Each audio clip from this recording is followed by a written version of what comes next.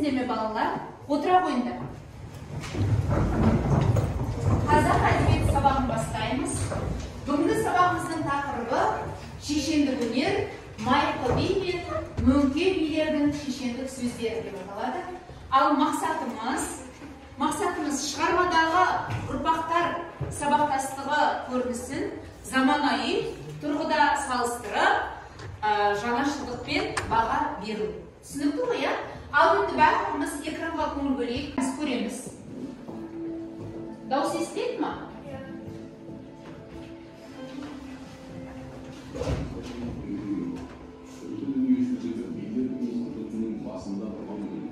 Ол шыңғысты хан көтеруге қатысқан 12 бидің бірі болған.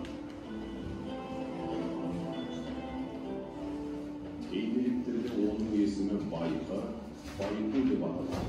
Парсы тарихшысы Рашид ат-Тиннің Жәмиғи ат-Табарих еңбегімен Моңғолдың алтын топшы жылнамасында Майқы бидің Шыңғыс ханның бас биі болған Жошы хан әскерінің 10 бағатын басқарған айтылады. Түгел сөздің түбі бір, түп атасы Майқы би әділ билігімен, тапқырлығымен, шешендігімен ханға да, қарашаға да жаққан. Ел арасында ол айтты деген нақыл сөз өзге өнерге көп. Майқы би сөз зергері ғана емес, қазақ даласындағы құқықтық нормалардың негізін салушы. Қасым ханның қасқа жолы, Есім ханның ескі жолы. Жеті жарғы заңдар жинағының барлығы Шыңғыс ханның Майқы бастаған билер жасаған ясы заңына негізделген. Майқы би түрік халықтарына ортақ болған. Оны татар, башқұрт, қарақалпақ, өзбектерден өз бабасы санайды. Майқы би ұзақ ғұмыр сүріп, 120 жасында қайтыс болған деседі.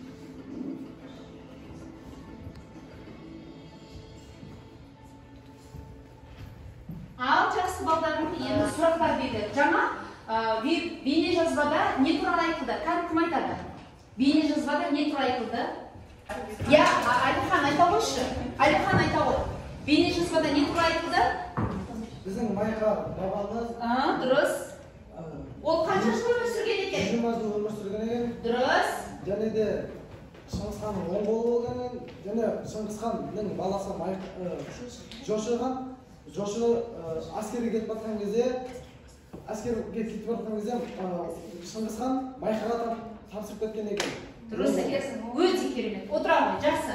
Тағы да қандай ақпарат тыңдадық, кім айтады? Айта ғой, аяғын. Қандай ақпарат тыңдадық? Майқы биді тек қазақтар емес, өзбектер және қырғыз, басқа Әзербайжан елдері өз бабалары ретінде санайды. Дұрыс, керемет. Яғни түркі халқының данасы екен, иә? Тағы да қандай ой айтылды? Кім айтады? Айта ғой, Динара. Майқы би 11-ші және 12-ші жылдары өмір сүрген тарихта болғанында, ол Шыңғыс ханның кеңесшісі болған, 12 бидің ең басты биі болған. Ол Шыңғыс ханға елді билеуге көмектескен және ол елде түгел сөздің түбі бар, түп атасы Майқы би деген сөз көп тараған.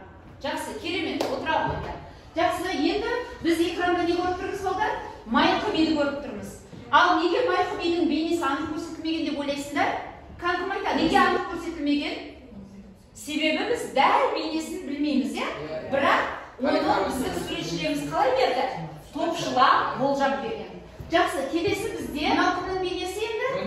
Мөңке би. Жақсы, Мөңке би туралы Ахмет Байтұрсынұлы не деген екен? Кім айтады? Ахмет Байтұрсынұлы не дейді Мөңке би туралы? Кім жауап береді Мөңке би туралы не деді? Айта ғой. Мөңке 7 жасында оқиғасы бізге айтылған. Ол 7 жасында өзінің ақылдылығы, өзінің даналығымен көзге түскен екен, иә? Жақсы, отыра ғой. Келесі бізде тапсырма. Яғни бізде мынау топ, бірінші топ. Майқы би туралы не білеміз, соны жақсылап дәлелдейміз. Бірінші топ, түсінікті ме? Екінші топ бізде мына топ, екінші топ Мөңке би туралы. Мөңке би туралы не білеміз?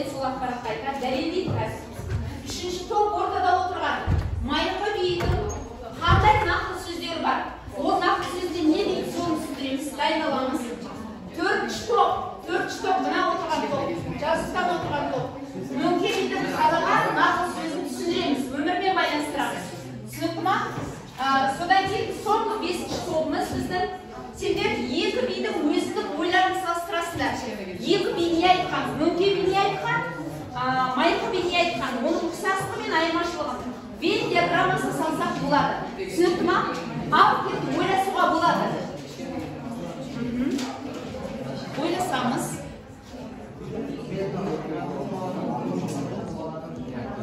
Өлетін безінің кім жазасын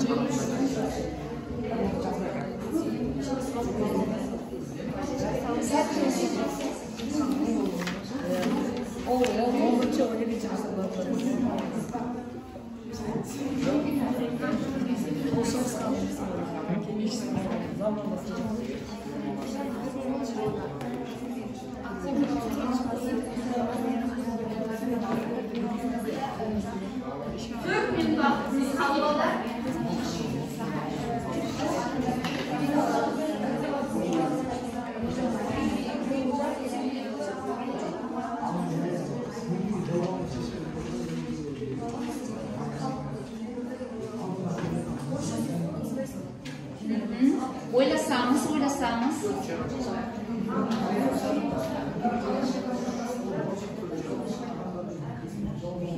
Мен қазір үй жұмысын орындап жатыр менің балдарым. Мінекей мына жаққа белгілеп қояйын.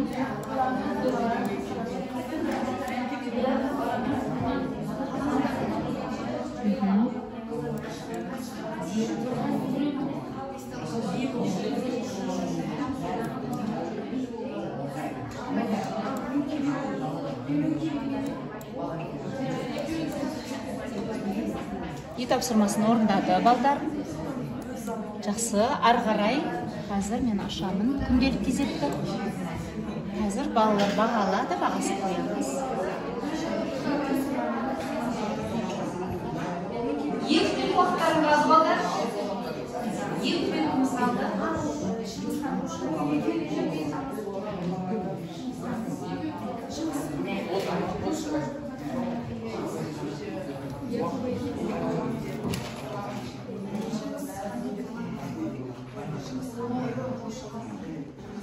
Жақсы, дайындықтар бар ма? Бір минут қалды. Абаймен дайын болған.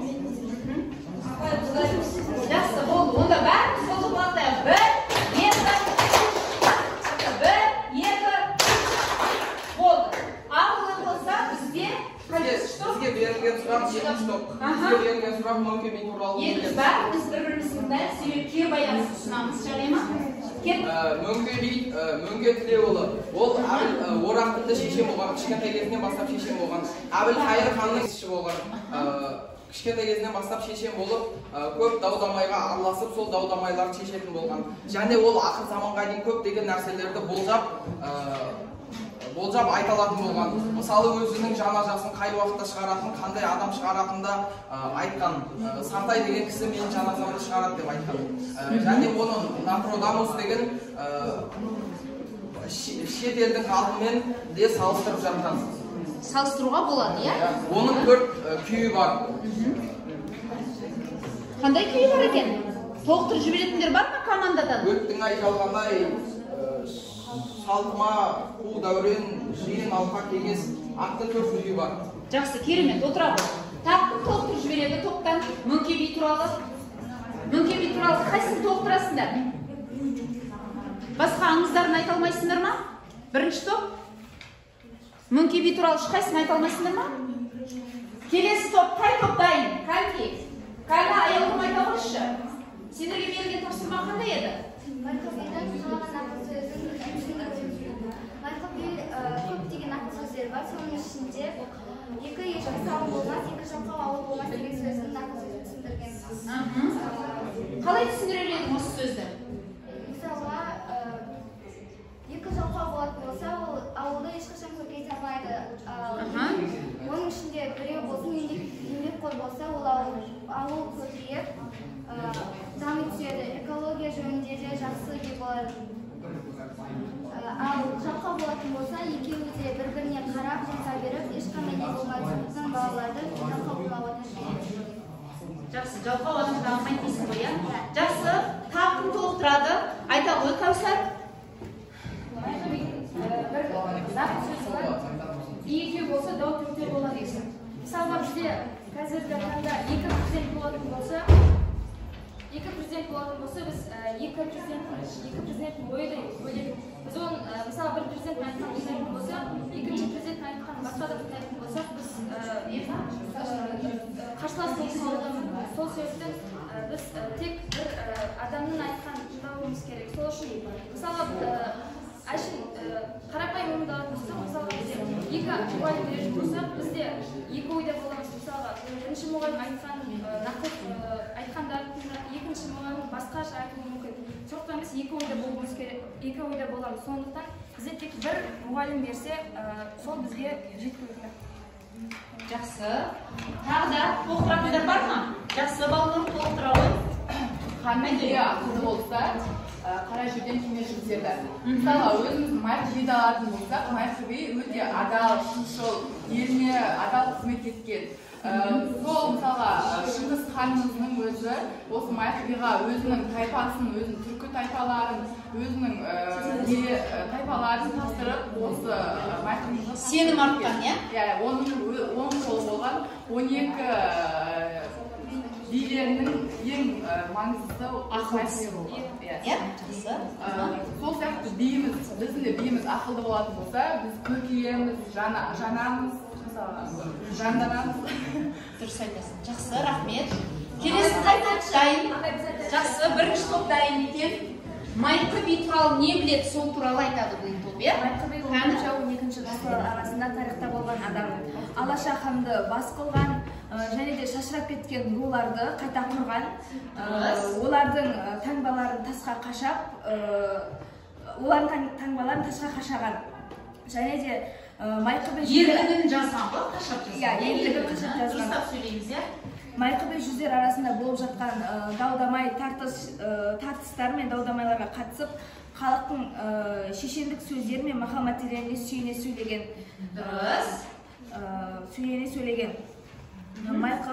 Майқы би Шыңғыс ханның ұлы жошы жорыққа шыққанда Майқыға өзінің 10 қанат әскерін сеніп тапсыраған. Дұрыс. Жақсы, рахмет. Тақым сөйлейді, жеңіс сөйлейсің ба? Айта ғой. Майқы биді қырғыз, түрік, Әзірбайжан, татар елдері өзіне би тұтқан, және ол өз заманында ең әйгілі билердің бірі болған. Дұрыс, керемет. Тақым толықтырады ол туралы. Динара айта ғой. Қазіргі заманда көп қолданатын бірліксіз тірлік жоқ деген сөзді Майқы атамыздың сөзі болған. Осы сөзден-ақ біз Майқы бидің шешен адам болғанын және де оның ақылды адам болғанын білуге болады.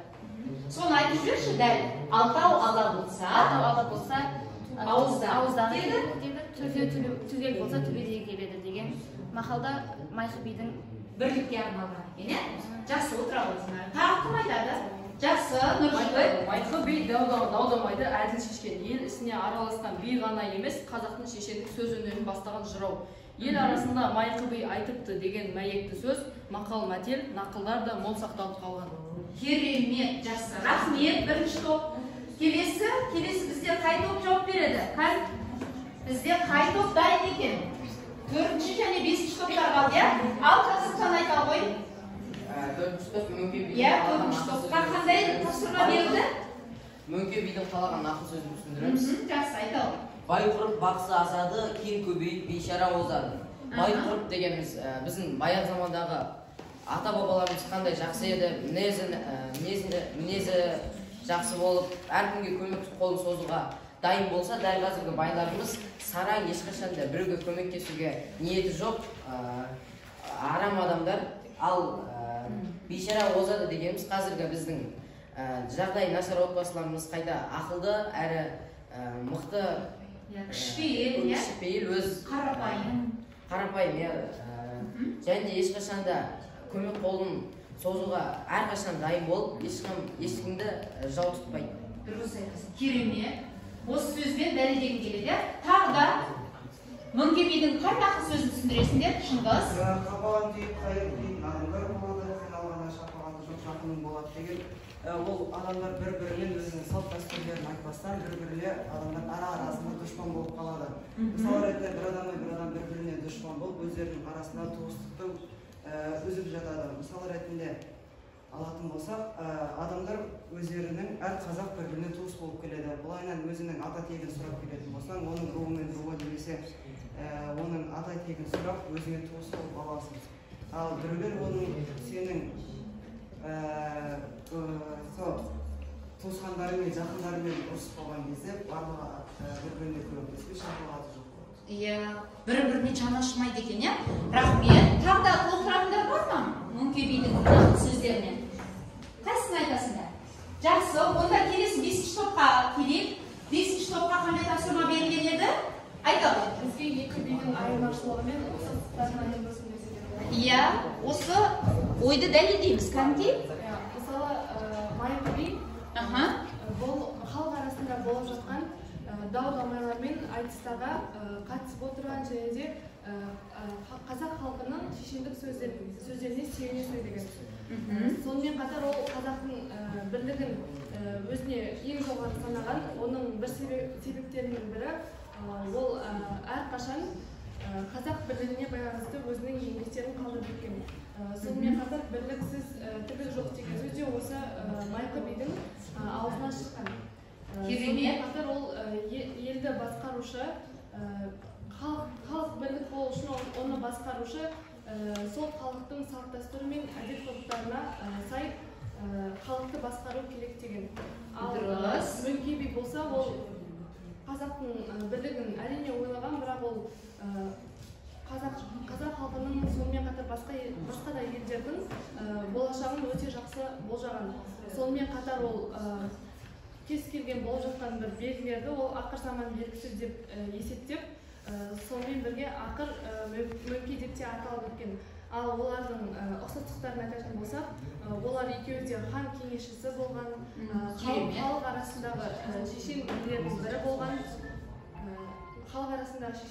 бірі болған, сонымен екеуі де бізге болашақ ұрпақтарына өте ойлы, керемет еңбектерін қалдырып кеткен. Сөз айта білген, иә? Салмақты сөз.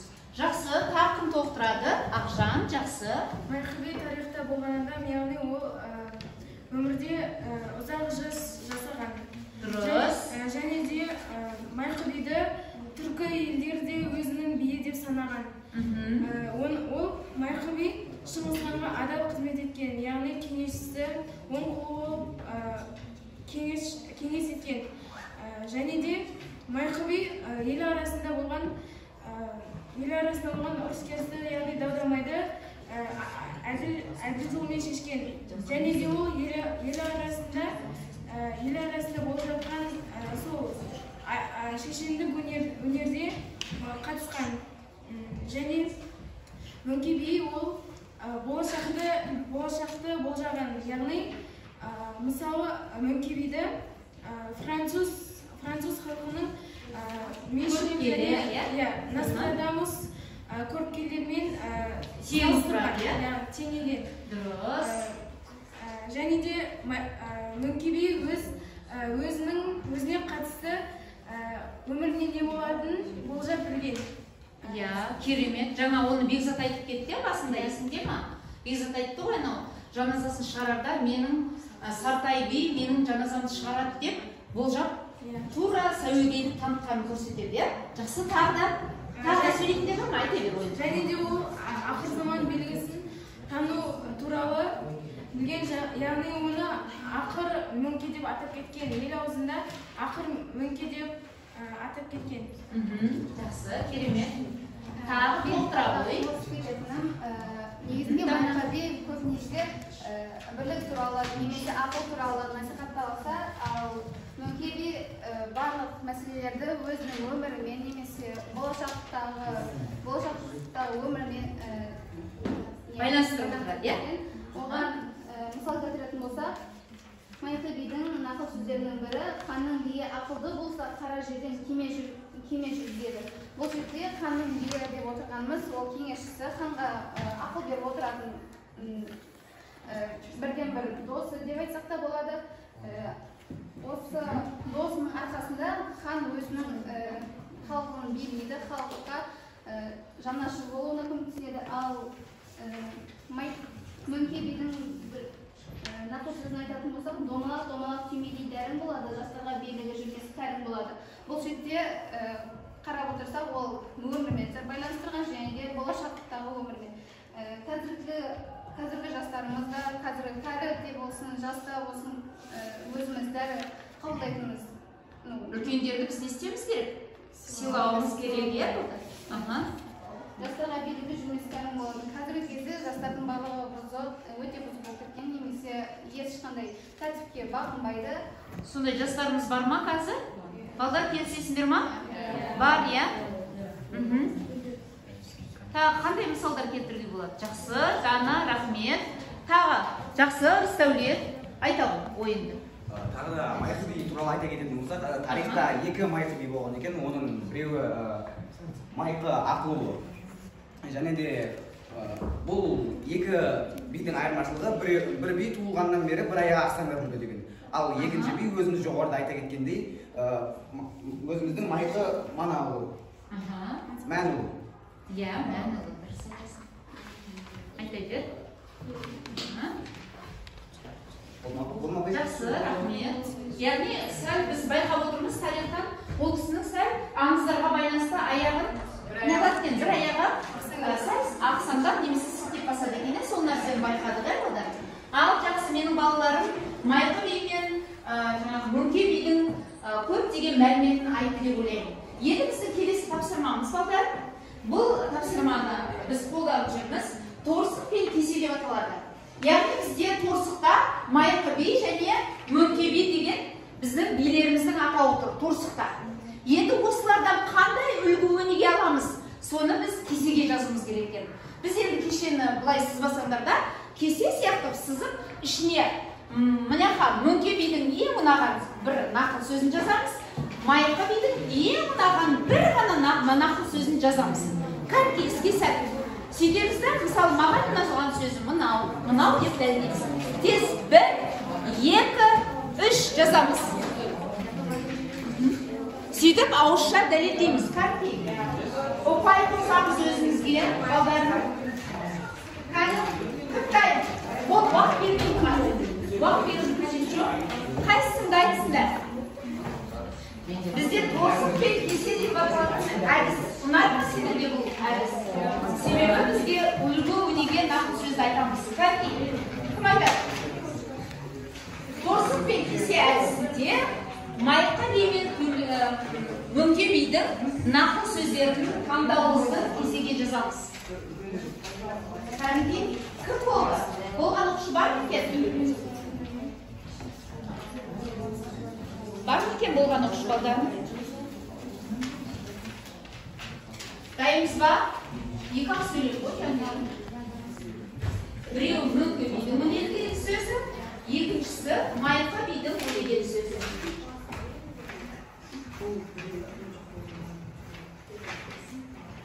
Кәнке, жауап беретін оқышы бар ма?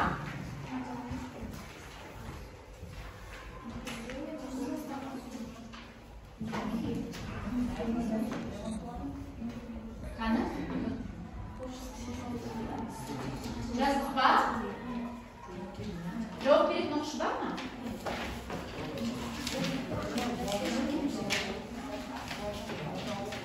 Ал кімдай? Динара дайынсың ба? Ол бастай ғой. Мөңке бидің торсығына кесесіне не деп жазды? Майқы бидің кесесіне не деп жазды? Мен Мөңке бидің кесесіне сарылық көлік қосасың, құны жоқ қағазды судай шашасың деген ол жазылатын. Ал Майқы бидің кесесіне бірліксіз тірлік жоқ деген нақыл сөзін жазды. Енді сізді жіберейік. Бұл жерде Майқы би не туралы айтты, Мөңке би не туралы айтты? Құны жоқ қағазды судай шашасың деген, ол құны жоқ қағаз дегеніміз ол ақша. Жақсы. Ақшаны біз қазір қарамаймыз, жан-жағымызға шашамыз, құнын білмейміз. Ал сіз тірлік жоқ екен, ол бір тірлікті бітіру үшін бізге бірлік керек, ең алдымен бірліксіз ешқандай тірлік жүзеге аспайды. жарайсың. Тағы өзінің осы өнегелі сөзді кім дәлелдейді тағы да? Ұнаған қанатты сөзін дәлелдейміз. Кәнки, айта ғой, Кәнки, Ләйла, бастай ғой.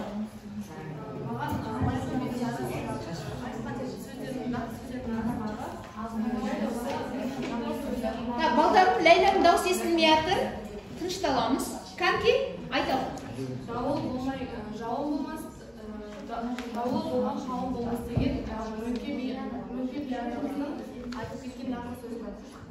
Айта ғой. Бұл нақыл сөзінде егер жауын болмас бұрын дауыл болады, ол дауыл болған кезде ауылды ұшырып кетеді, иә? ұшырып қатты жел барса жауын болады. Ал дауыл болды деген ол бірін-бірімен ұрысып үнемі дау шығарып жүретін. Ал үнемі ұрыс болатын болса, дау болатын болса, ол жер қауым бола алмайды. Дұрыс, өте керек. Ал мөңке атамыздың айтқан болжамдарының бірі ол кейбір ерге теңеледі, әйел ерге теңеледі, сиыр өгізге теңеледі, көз теңеледі, адам ағысы көз теңеледі, бірін-біріне қарыз бермейді, және шақырмаса көрші естілмейді деген болжам сөз бар. Оны сол кезбен қазіргі кезекпен салыстырып өтетін болсақ, ол мөңке би атамыздың болжамы тура сәйкес келеді деп айтсам да болады. Өйткені қазіргі кезде расымен де әйелдер ерге теңеліп бара жатыр. Ал бірін-біріне тіпті ол сен қатын болса да, жақының болса да, ол сенен сұрап тұрса да, сен оған қарыз бермейсің. Және де бірін-бірін көрші шақырмаса, олар бір-біріне кірмейді. Дәл осы болжамдар қазіргі заманмен байланыстыруға болады, иә? Өте керек. Жақсы отыра ғой. Тағы да кім ойын дәлелдейді? Мына жақта Медина дәлелдейді. Медина айта ғой, торсық пен кесе әдісінде мен оны паракор неге ісін түспесін, саран неге кісін түспесін деген мақал мәтел салдым. Бұл жерде, бұл нақыл сөзде паракор неге ісін түспесін деп, паракор жай жинап жұмыс істейтін адамдармен былай жақындасып, араласудың бұндай іске әуес болмауды айтты. Ал саран неге кісін түспесін деген ақымақ, керек емес,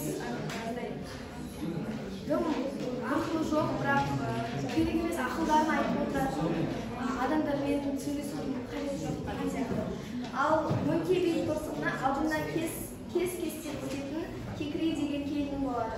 Бұл жерде алдынан үлкен кісінің алдынан кесіп өткен адам конкрет адам болады. Ол тәрбиесі бар ма оны? Тәрбиесі жоқ адам. Тәрбиесіз адам. Конкрет адам болып жолын кесіп өткен. Иә, дұрыс айтасыз. Сондықтан біз қандай болуымыз керекпіз? Үлкендердің жолын кескеніміз дұрыс па? Дұрыс емес екен, иә? Жақсы отыра ғой, рахмет. Ары қарай тегіс сөйлейін дейді. Жақсы.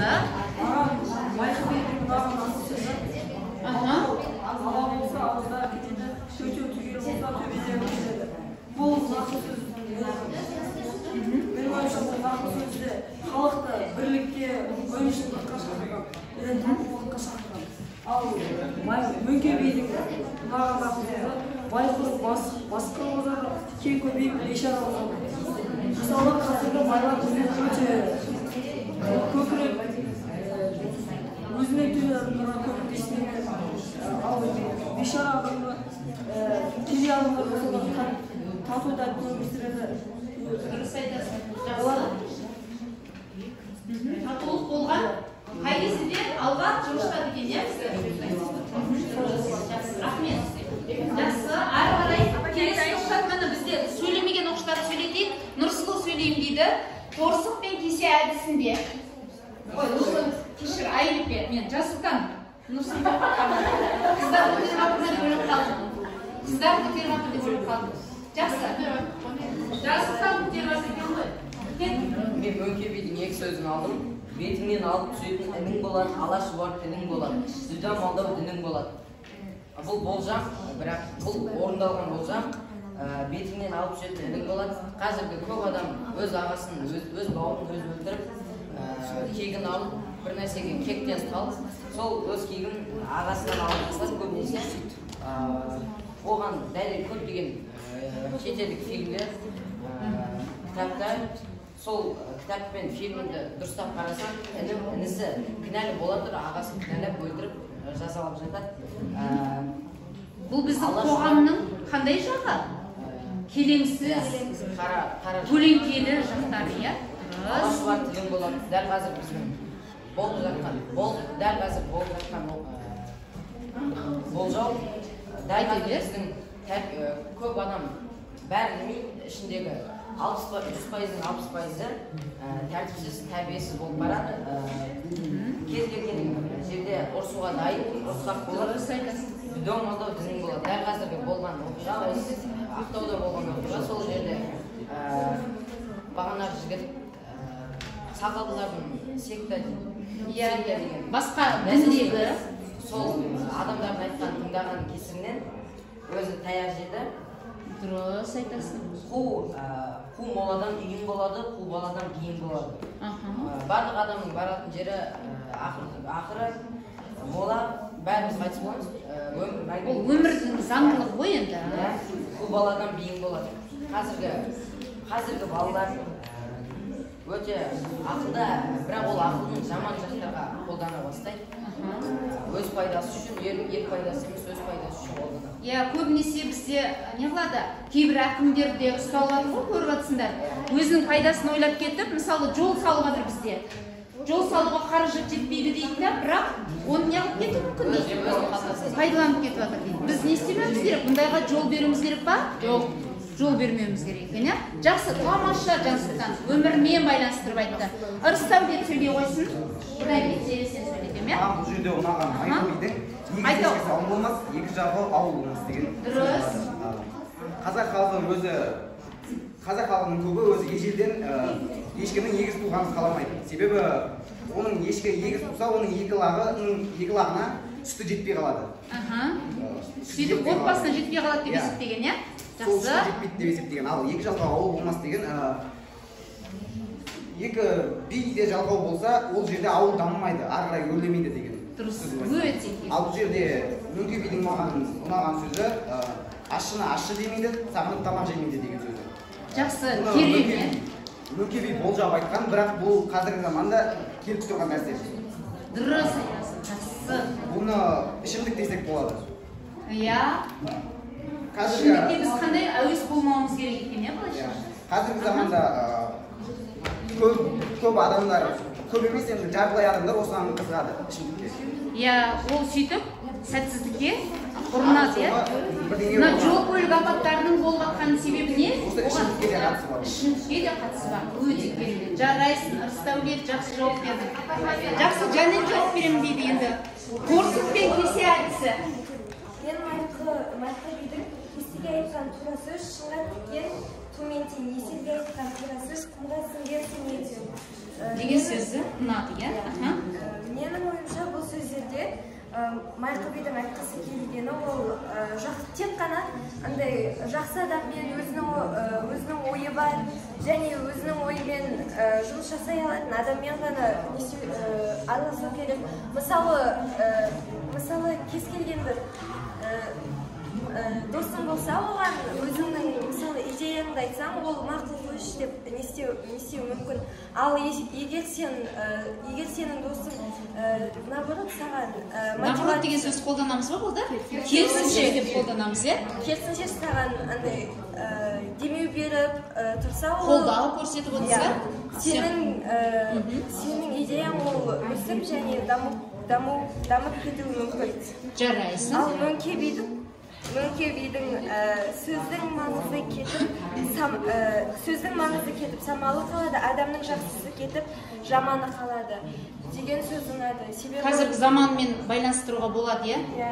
Себебі көп адамдар мысалы жақсы сөздің орнына жаман сөздер айтады, ашуланса сразу боқтық сөздерге жүгінеді. Біз орысша сөз қоспаймыз, иә? Бірден жаман сөздерге әуес, иә? Біз осыдан арылуымыз керек па қоғамда? Дұрыс айтасың. Жақсы, рахмет, отыра ғой. Тағы кім айтады? Бізде Ахниет сөйлесін, не? Ахниет сөйлемеді. Ахниетке беріп, қан сөз береміз Ахниетке? Қан Ахниет ниетін ойын айта қойсыншы, торсық пен кетсе әдісінде. Мен Майқы бидің еске айтқан тура сөз, шыңға тіккен тілментен, ескерге айтқан тура сөз, есерге қылған ісінген тілментен деген сөзін түсіндіріп беріп тұр. Бұл жерде еске айтқан тура сөз, шыңға тіккен тілментен дегенді мен, мысалы, есті дейді ол ақылды адам, жақсы адам деп ойлаймын. Мысалы, сен өз ойында жаңа айтып кеткенде, жақсы адаммен араласып өзіңнің ойыңды толық жеткізсең, ол сені түсіне алады және де әрқашан көмек бере алады. Ал есерге айтқан тура сөз, қылға ісінген тілментен дейді. Мысалы, ол ақымақ адам, есер дейтін, оған ойнатсаң, сен оған қанша рет айтсаң да ол сені ойына түсірмейді, және ол сенің сөзіңді жерге тастап, сені елемейді де. Сол себептен мысалы, өйткені бұған мысалы, құмның үстіне су құйсаң, ол сынып кетеді ғой. Ал бұл тоже бұл сондай сияқты соған ұқсастырып айтқым келеді, өйткені жаман адамға сен қанша рет айтсаң да ол сені түсінбейді де, көмектесе алмайды да, ойыңды Жақсы, керемет, рахмет, енді бізде балшекер айтамын дейді ойын, балшекер айтамын. Мен Майқы бидің дауыл болмай жауын болмас, дауыл болған қауым болмас деген нақыл сөзін алып деп отыр. Мысалы, дауыл болғанда дауыл жауады бізде. Иә. Жауғаннан жеріміз көркейеді, жерге сән келе бастайды. Ал дауылы болған қауым болмас дейді. Баяғыда бізде елдерімізде дауыл арқылы, мысалы, неге шығып, соғысқа шығып, өз елдеріне қарай тартады елдерді бағасына. Сол арқылы өздері ол елді көркейте де алады және көркейте де алмайды. Ал екінші, Мөңке бидің адам ақысы жұмыс істемейді, дүниені төрлеп, кестелейді, ашыны ашты дейміз, сағым тамақ жемейді деген. Адам ақысы жұмыс істемейді, барлық қазіргі дүниеде барлығы өзінің несі бар, өзінің бағасы бар, әрине дүниені түрлеп кестелейді. Ал ашыны ашы демейді, сағым тамақ жемейді. Адам бұл затты сағынбайынша ол бақыттың өз қолынан кеткеннен кейін қадірін білу. Иә, қадірін білу керек, иә, барлық нәрсенің. Жақсы, рахмет. Олай болса біздің уақытымыз болып қалды балдар. Үйге әнет баба туралы аңыз. Яғни әнет баба туралы аңызды үйде оқып келеміз. Бәріміз немізге жазаламыз, өзіміздің дәптерімізге. Үйде әнет баба туралы кім күшті, кім жақын, кім қатты, кім тәтті деген сияқты мәселеге көңіл бөліп аңыз жақсы оқып келеміз.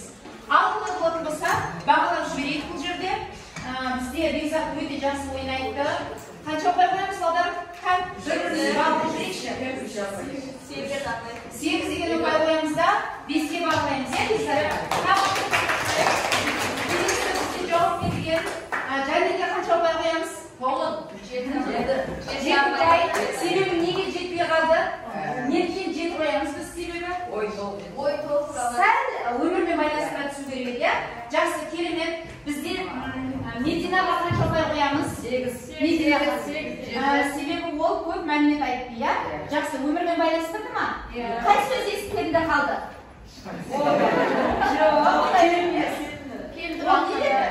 Не деді? Келін туралы айтқаны. Дұрыс айтасыздар. Келіндер қазір үлкендердің алдын кесіп кетеді. Сонысы дұрыс емес деп айтты, иә? Түсіндірді. Өте керемет. 8 ұпай, 5. Кімге? Бізге Зереге қанша ұпай қоямыз? 8, иә? Себебі? Дәлдейміз себебі? Толық жеткіземіз ма? Жақсы, жеңіскеші қанша ұпай қоямыз? 10 ұпай. 8 ұпай, иә? Толық мәлімет айтқан. Иә, толық мәлімет айтты. Динар ағашы, Динар орнынан тұра ғой. Ойын көбірек жеткізді, иә? Жақсы отыра ғой. Балғырғашы, балғырға қанша қоямыз? 7 ұпай, иә? Неге 7 қоямыз? Неге 7 қоямыз? Сәл өмірмен байланыстырмай қалды, иә? Жақсы, келесі аялдымға қанша ұпай қоямыз? Аялдымға 8 ұпай қоямыз дейді. Одан кейін бал шекергеші? 7. Неге 7? Неге 7? Аз мәлімет айтылды. Мақұл. Кәусарғашы? 9 ұпай қоямыз, иә? Себебі ол көп мәлімет айтты. Аңызды айтты және оның мысалдарын және торсық пен кесе әдісінде өзінің ойын дәлелдеп отырды. Жақсы, келесі бізде жауап берген Рыставлетке қанша қоямыз? Себебі ойын мәліметтер көп айтты. Жарыстан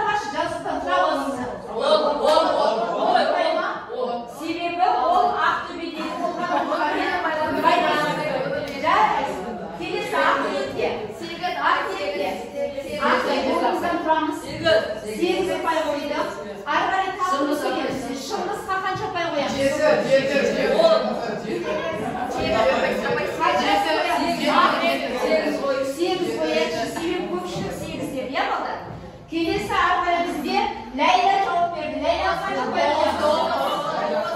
9 ұпай. Жақсы, жарайсың Ләйла. Келесі бізде Дана қалай жауап берді? Как? 7 қоямыз ба?